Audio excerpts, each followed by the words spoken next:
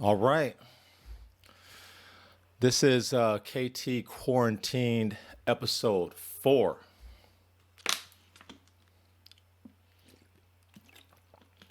I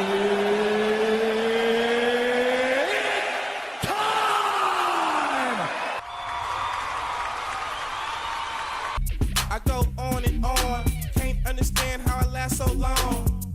I must have superpowers. Ladies and gentlemen, what's up, motherfuckers? Handsome, I'm fast, I'm pretty, and can't possibly be beat. Let's get to it. Today's episode is in regards to, I left the hair down. No man bun for the tan one this morning. Didn't feel like messing with it. And also, in my Weed State t-shirt, you can find this Weed State t-shirt. It's Illinois. It's got shine in the middle.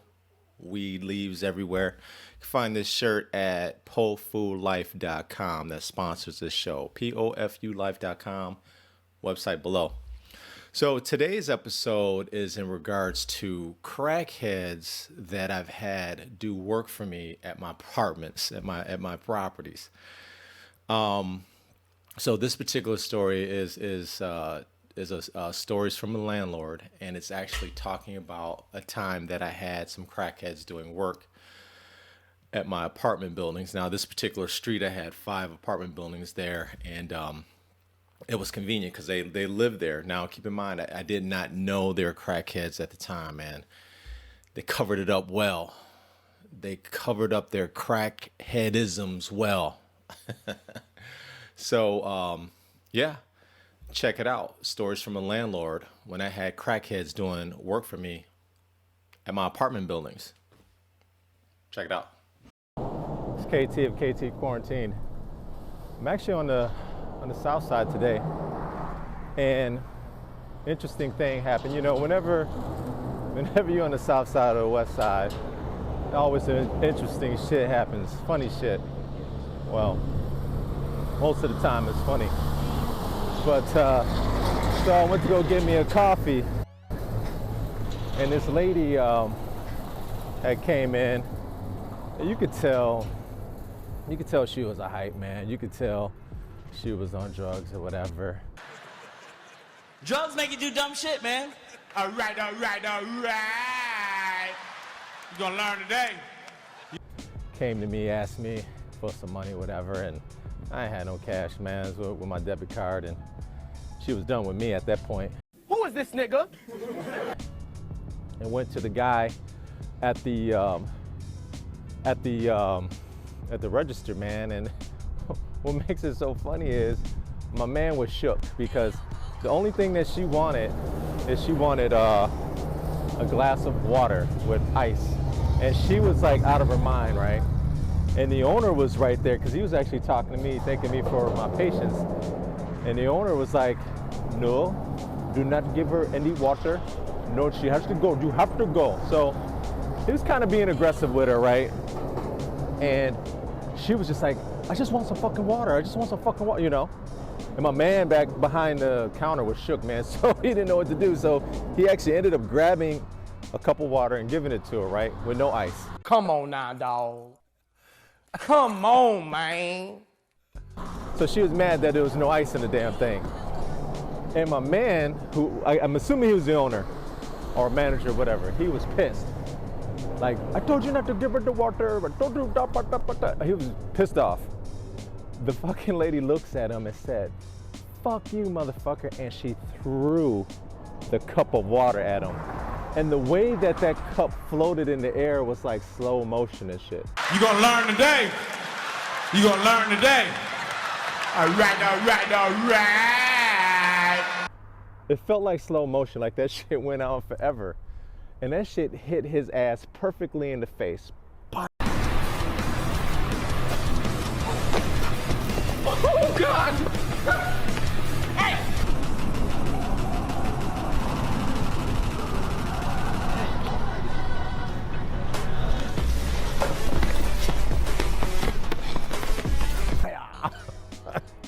And it went all over his face and all over his shirt, and he was pissed, right? Like, he was charging her, and she ran up out the store. I mean, what was he gonna do? He wasn't gonna put his hands on her or whatever especially in front of customers, right?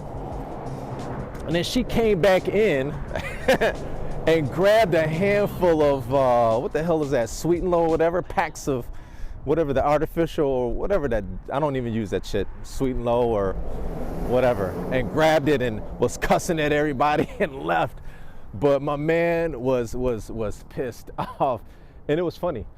And the reason why I feel ashamed about myself is my biggest regret with that happening is I couldn't get to my phone fast enough.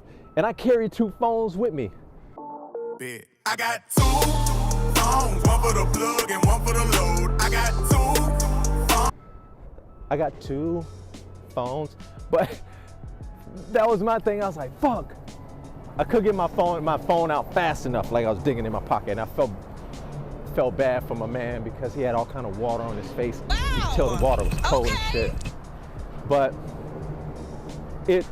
that happening actually, and you know something, I know when people are on drugs and shit like that, I'm not making light of it. I just think the situation was funny. The fact that she was on drugs, that's just not funny.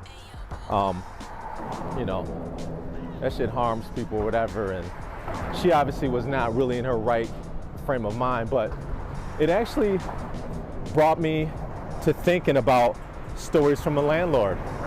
And I'm gonna tell you, I had a situation where there's a family that moved in to one of my 2 bedrooms, and it was kind of questionable. It was kind of questionable, man, with the whole situation with them. But I was trying to be nice, and should have ran background checks, but I didn't early on in my career.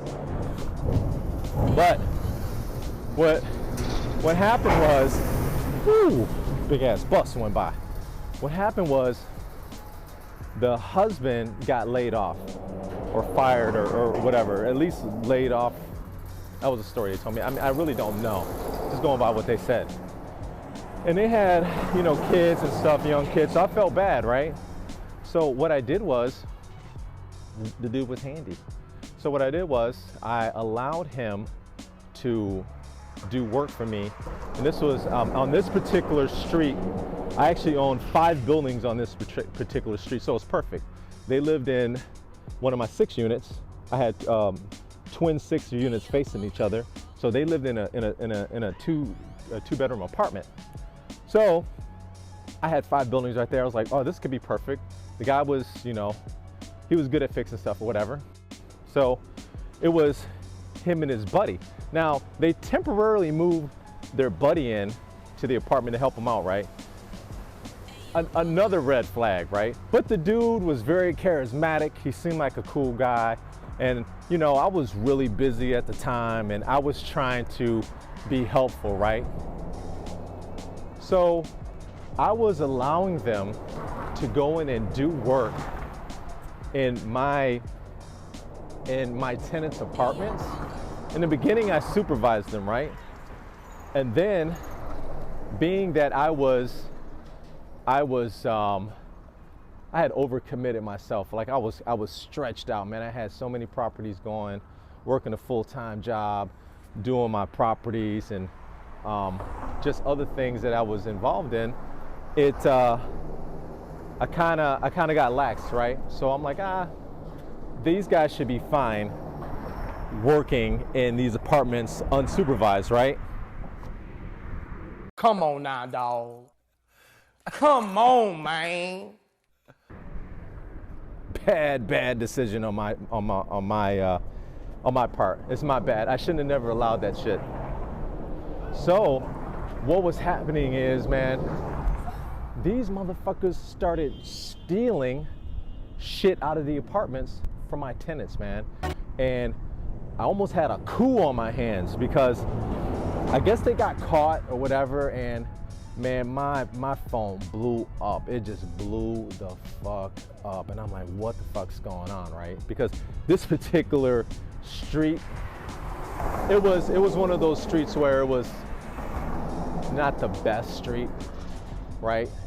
And it was one of those situations where you buy properties in not so great neighborhoods so you can get a deal. You know, it's not easy getting apartment buildings in the Chicagoland area at a good price if they're in a great neighborhood, right? These guys out here riding bikes. So I had 5 buildings on this street. So what happened is, man, I had tenants threatening to leave and threatening to call the police if I didn't do this, that, and whatever. And you know, when a landlord is backed up like that, you know, tenants gonna take full advantage of the shit. They don't want to pay their rent. You know, they just want you to do whatever it is, and they feel like you owe them, right? Well, I felt bad about the situation. So what I did was I talked to this guy. Let's give you their first names. It was Mark and David. And I said, listen, I need you to return their shit. I need all their shit, man. These dudes had a bunch of shit stolen. And I said, man, these guys are gonna press charges. I'm gonna kick you out. Your family's gotta go, whatever, right? They ended up giving me all the shit back. We sat down and had a fucking like town hall meeting, man. 2, 1. Is this a 5 o'clock free crack giveaway? Okay, Tyrone. Do you know why you're here? Mm-hmm. I'm here for the same reason you is, man. I want some crack. Crack. Hey, Tyrone, we are not giving crack away today. What? No. What time is it? It's 5 o'clock. Did I miss a 5 o'clock free crack giveaway? Tyrone. And these guys were so shamed. They were so shamed. Well, come to find out, these dudes were crack addicts. I had no fucking clue, man. Like, even back then, at that time, I was like, who the fuck still does crack? These dudes was on the pipe, and I guess they were on the pipe real bad. And the wife actually told me after this incident, like, yes, the dude is a crack addict and so is his buddy. I'm like, fuck. Shit reminded me of Chris Rock in New Jack City. Pookie. Somebody cares about the needy, man. Come on, why don't you let me get a turkey, man? Pookie, look at your funky black ass. Pookie, I don't understand it. First, you want to be a stick-up kid, right? But then you got shot. Now you's a base head. You're all messed up, man. Your life is crack. Oh, man, I know I look like stir-fried shit. Man, I know that. Man, why don't y'all hook me up with some food, man? Come on, Look, man. man, there's a line. You gotta wait. Now you over here cracked out, stealing shit from my tenants, and now I look like an asshole, man. So, stories from a landlord, man. Make sure you do your research on people that are gonna be doing work in your apartments. And do not, I repeat, do not hire crack addicts, man, to do work for you. And these motherfuckers are good. I don't know. Stories from a landlord. Do not hire crack addicts. Or do not hire crackheads. Don't hire crackheads, man.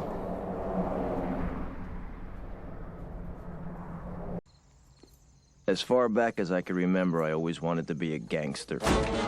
And like that, he's gone.